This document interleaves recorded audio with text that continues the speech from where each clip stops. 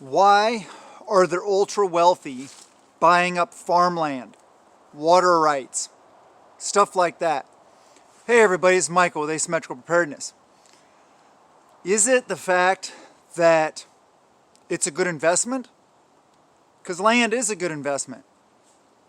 Lord knows they're not making any more of it, unless you're China, adding to the islands in the South China Sea.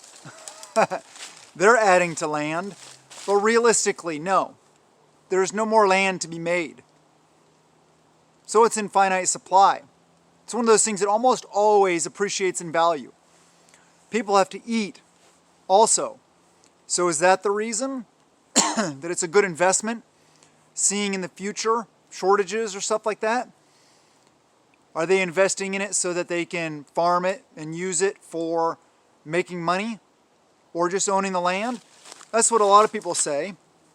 And then there is the, what most people say, conspiratorial side of the fact that the ultra wealthy are buying up farmland, water rights, stuff like that because they want to control us.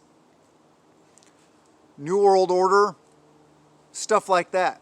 The ultra wealthy, the ultra powerful, the people that really run this world. How likely is it? Well, it depends on how you believe. But buying up farmland and owning all the farmland, that is power. Food is power. Money is power also, but I'll tell you what, you control the food, you control the people, you control the water, you control the people. So food sources and water rights, that's a big one. What is another possibility? Farmland is where we grow plants, fruits, vegetables, stuff like that. But they're also buying up ranches, right? Where all the meat is produced, because we eat meat, cows, beef, all the good things. So what's another thought along those lines that could be a possibility? Bill Gates buying up ranches. You know, if you've done any kind of research, how he feels about meat and his push for a meatless society. Maybe he's buying up ranches just to not ranch, thus creating a meat shortage, so people have to go to other methods, aka fake meat, lab-grown meat, meat alternatives, thus the meatless society. Maybe. Any way you look at it, for whatever the reason is, they are gaining more power and more influence over the things that really matter to us. Food and water, meat, fruits, vegetables, and water. What can we do about that? Well, I can't afford to go buy a 750,000 acre cattle ranch. So what can I do? We can be as self-sufficient as possible. We can have as big a gardens as we possibly can. Depending on your circumstance, where you live, how much you can grow. No matter where you live, even if you're in an apartment, you can grow. Please don't ask me how to grow in an apartment. I don't live in an apartment, I don't know. But I know there are grow lamps. I know there are like hydroponic systems. I've heard about aquaponics, stuff like that. There are ways to grow in pots, vertically and stuff like that, even in an apartment. Look up on here on YouTube. There's probably a lot of channels that talk about that kind of stuff, that know what they're talking about. I don't know what I'm talking about, so I'm not even going to begin to blow smoke up your butt about apartment gardening. However, I do a lot of raised bed and in-ground gardening on my property. So I know about that. Growing your own food, fruits, having fruit trees. We added some fruit trees this year that will be producing next year. Plums, 2 plum trees. Make use of your space. 3? Oh, I just got corrected by my little girl. 3 plum trees. Anyway, raising your own animals, very important. Chickens are a good way to go. If you eat rabbits, they reproduce very quickly. If you eat pork, pigs, you can raise. Depending, obviously, in your situation, where you live and stuff like that. Not everybody's living on a homestead. I'm not living on some big, massive homestead. I don't have much land. I wish I had 3, 4, 5, 10 times what I have right now. But we got to make do with what we have. Another big part of it is that we're always adding to. We're always increasing our capability. I've talked many times about food storage and how food storage is our emergency fund. That growing food, raising animals, foraging, hunting, fishing, all these things combined to make the big picture, the big plan, supplemented with food storage if you need it. But if you don't have a way to replenish that food storage, remember that everything you take out of there makes it one step closer to you not eating. That's very important. Stockpile of food, yes. Speaking of stockpiling food, one great way to do it, there are multiple different ways to do it. And you need to have a variety. Dry goods, beans, rice, corn, wheat, barley, quinoa, lentils, all that kind of stuff. Then there's your canned goods. Canned fruits, canned vegetables, canned meats, canned hominy, peanut butter, whatever it may be. Canned goods are great because you can eat them without preparation. That's a very good part of your food storage. What is another part? Long-term, shelf-stable buckets of food, right? From those different manufacturers.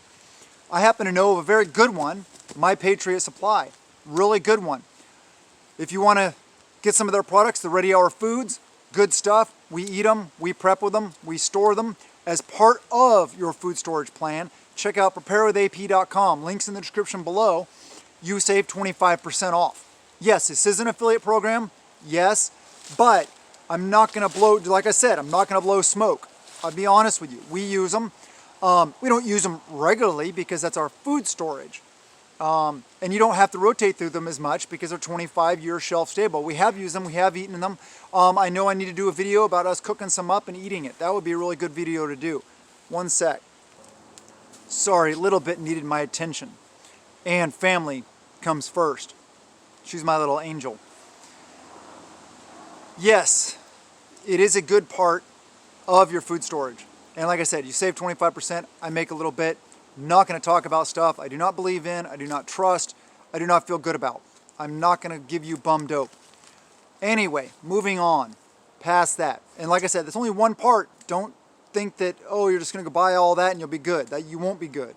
That is part of your food storage plan if you choose to do so. And I think it's a very, very good way to add to your food storage, especially long term.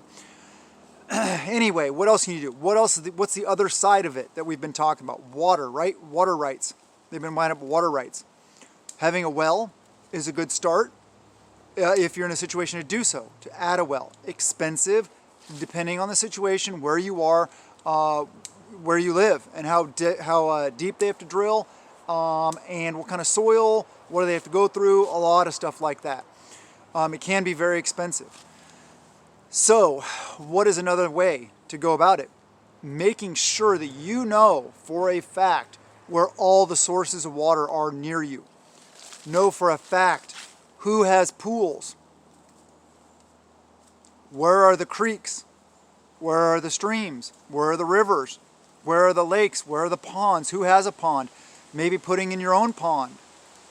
I get it, you'd have to filter it. Sure, of course, that's part of what comes along with water. In preparedness is your ability to filter it, process it to make it drinkable, to make it safe to drink. Rainwater collection, same thing.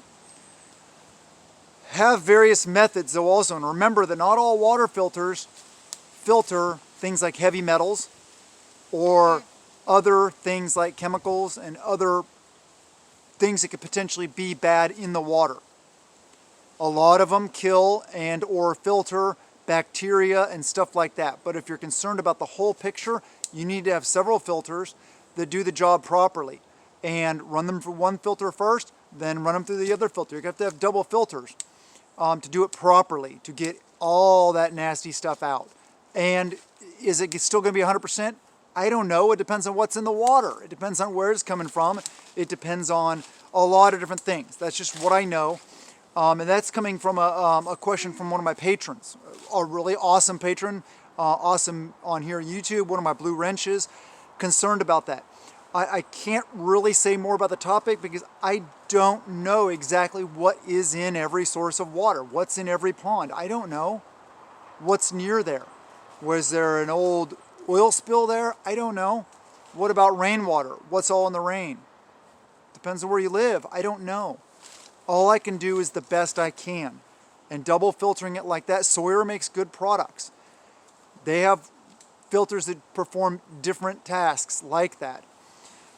So check into that. But know the locations of all the water around you. Stockpile cases of bottled water. Also, yes, 55-gallon drums, food-grade drums of water. Fill up cat litter containers for non-potable purposes, not drinking. We use a lot of vinegar in our laundry and for cleaning with. The old vinegar bottles, fill them up. Also not for drinking, but flushing water for your toilets, water for the garden. Also, laundry detergent. If you use containers that can be refilled, liquid laundry detergent, do it. What we do is we don't actually rinse it out first. We just fill it full of water. That way there's some soap left in it. Maybe we can use that for washing our clothes when SHTF happens, when grid down happens, whatever. Lots of different things. Juice bottles, sanitize them really well, refill them, and that is drinkable water. Milk jugs, we don't use that for drinking water. That's flushing water, garden water, stuff like that, bathing water. And also the milk jugs, the flimsy water jugs, I'm talking about the gallon size. Juice comes in them, tea comes in it. A lot of different things come in those jugs. They're not very strong. So if you keep them outside and you get a lot of differentiation in heat and cold, if it freezes, if it gets really hot, if they're sitting in the sun, they'll degrade quickly and they will crack and break and they will leak. But still do it. I mean, why not? Because just put it in somewhere, put it maybe in a tub. So if they leak, it just pours into the tub, or put it somewhere where it's not going to damage anything around it. But be mindful of that. They will crack. They won't last that long, maybe a year or two. But hey, why not do it? It's just a little extra for your water storage. Make sure you have lots of water storage, as much as you possibly can. But make sure that you can replenish and know the locations of all the water around you. This is a lot of stuff to be mindful of. And it's a good warning. We got to think about these things. Why are these people doing this? It could be just a good investment, but it could be an evil plan in motion by the control and the powers that be. We got to be mindful of that. I don't think that's too conspiratorial. People in power like power, and they always want more of it. Especially in these times we're in, man. Whew. It's getting crazy out there. I hope you guys are still prepping. I hope you're doing all these things. I hope you're adding to it. I hope you're learning about it. I hope you're growing. I hope you're raising. I hope you're gathering. I hope you're stockpiling. All the things. Please subscribe, hit the like button, comment below, ring the notification bell, and share the videos. I love you guys. Thank you so much for being here. I really appreciate all you guys. You guys rock. Have a wonderful day and blessings to you and yours.